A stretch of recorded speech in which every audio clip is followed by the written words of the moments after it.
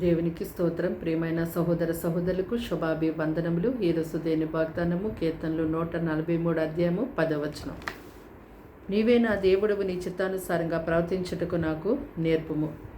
చూడండి, దేవుడైన యెహోవా ఆయన తన ఉద్దేశమును అంటే ఆయన చిత్తాన్ని లేక ఆయన ప్రణాళికను ఈ లోకమందు ఎంతో గొప్పగా నెరవేర్చువారై ఉన్నారు.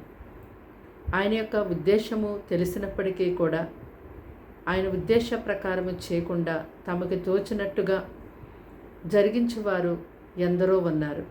అయితే దేవుని యొక్క లేఖనాల్లో చూసినట్టయితే దేవుడు తన యొక్క ఉద్దేశాన్ని మరి ఇజ్రాయేలు ప్రజలకు రాజు అయినటువంటి సౌలు గారికి తెలియచేసినప్పుడు అతడు దేవుడు ఆజ్ఞాపించిన ప్రకారము దేవుడి చిత్తానుసారంగా చేయకుండా తనకి తోచినట్టుగా జరిగించినప్పుడు దేవుడు అతనితో మాట్లాడి ఉన్నారు.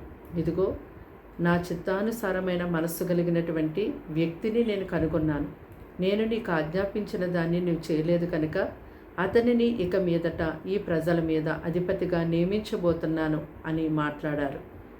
అలాగే భక్తుడైనటువంటి దావీదు గారిని చూసినట్టయితే అతడు, దేవా నీవే నా దేవుడవు, నీ చిత్తానుసారంగా ప్రవర్తించుటకు నాకు నేర్పు తండ్రి, నీ చిత్తము నెరవేర్చుట నాకు ఎంతో సంతోషము అన్నాడు.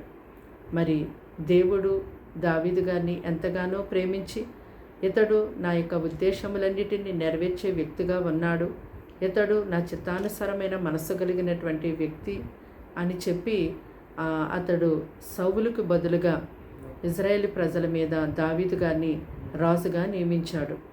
చూడండి, సౌలు దేవుని యొక్క చిత్తము తెలిసినప్పటికీ అతడు దేవుని చిత్తాన్ని నెరవేర్చలేకపోయాడు. దావీదు గారైతే నీ చిత్తం ఏంటో నాకు తెలియచే తండ్రి అని ప్రార్థించాడు. నీ చిత్తం నెరవేర్చట నాకు ఎంతో సంతోషమని దేవునితో మాట్లాడి దేవుని యొక్క చిత్తం అంతటినీ కూడా అతడు గొప్పగా నెరవేర్చున్నాడు. ఈ లోకమందు మరి ఆయన ప్రజలుగా ఉన్నటువంటి వారిని దేవుడు చూస్తూ ఉన్నాడు. అయితే ఆయన యొక్క చిత్తాన్ని తప్పకుండా తన ప్రజలు ఉన్నటువంటి వారందరికీ ఆయన తెలియచేస్తారు.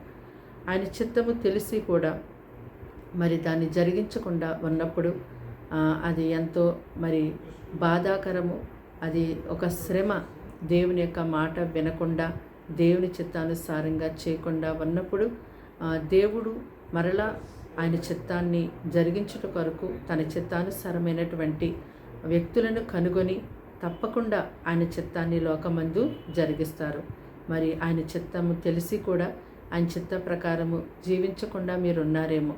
ఇకనైనా మరలా దేవుని వైపు తిరిగి, తండ్రి నీ చిత్తానుసారంగా ప్రవర్తించడం నాకు నేర్పించండి, నీ చిత్తము నెరవేర్చడం నాకు సంతోషమని ప్రార్థన చేయండి. దేవుడు తప్పకుండా మరలా మిమ్మల్ని లేవనెత్తి ఆయన యొక్క చిత్తము మీ ద్వారా ఈ లోకమందు ఎంతో గొప్పగా నెరవేరుస్తారు. ప్రార్థన. దేవానికి వందనములు, స్తోత్రాలు, స్తుతులు చెల్లిస్తాం తండ్రి. మాటలు వింటున్న నీ బిడ్డల్ని రక్తంతో కడిగి ముట్టి పరిశుద్ధపరచండి, పవిత్రపరచండి. వారికి వారింటి వారికి నీ గొప్ప రక్షణ కలిగించేయండి. వారి గృహములో ప్రతి ఒక్కరికి నాయన ఉన్నటువంటి వారందరికీ ప్రేమ, సమాధానం, ఐక్యత, ఏక మనసు దయచేయండి. అయ్యా నా తండ్రి, వారికి ఉన్నటువంటి అనారోగ్య సమస్యలను ఇప్పుడే ముట్టి స్వస్థపరచండి. సాతాను సంబంధమైన అధికారములన్నిటిని ఇప్పుడే సునాములు అగ్నిలో కాల్చివేస్తున్నాం తండ్రి. ఎగ్జామ్స్ రాసిన బిడ్డలకు మంచి విజయాన్ని ఇవ్వండి. అలాగే ఉద్యోగాల కొరకు ఎదురు చూస్తున్న వారికి ఉద్యోగాలు ఇవ్వండి. వివాహాల కొరకు, సంతానం కొరకు, ఎవరు వేటి కొరకైతే నీ వైపు తిరిగి ప్రార్థిస్తున్నారో వారికి యేసు నామములో సహాయం చేయండి. ఈ దినమంతా వారిని, వారి కుటుంబాలని పోషించండి, కంచె వేసి కాపాడమని, వారి పట్ల నాయన నీ ఉద్దేశము గొప్పగా నెరవేర్చి నీ నామమునకు రెట్టింపు మహిమ, ఘనత, ప్రభావాలు తెచ్చుకోమని యేసు నామముని ప్రార్థన సమర్పించడి వేడుకుంటున్నాం తండ్రి. ఆమేన్.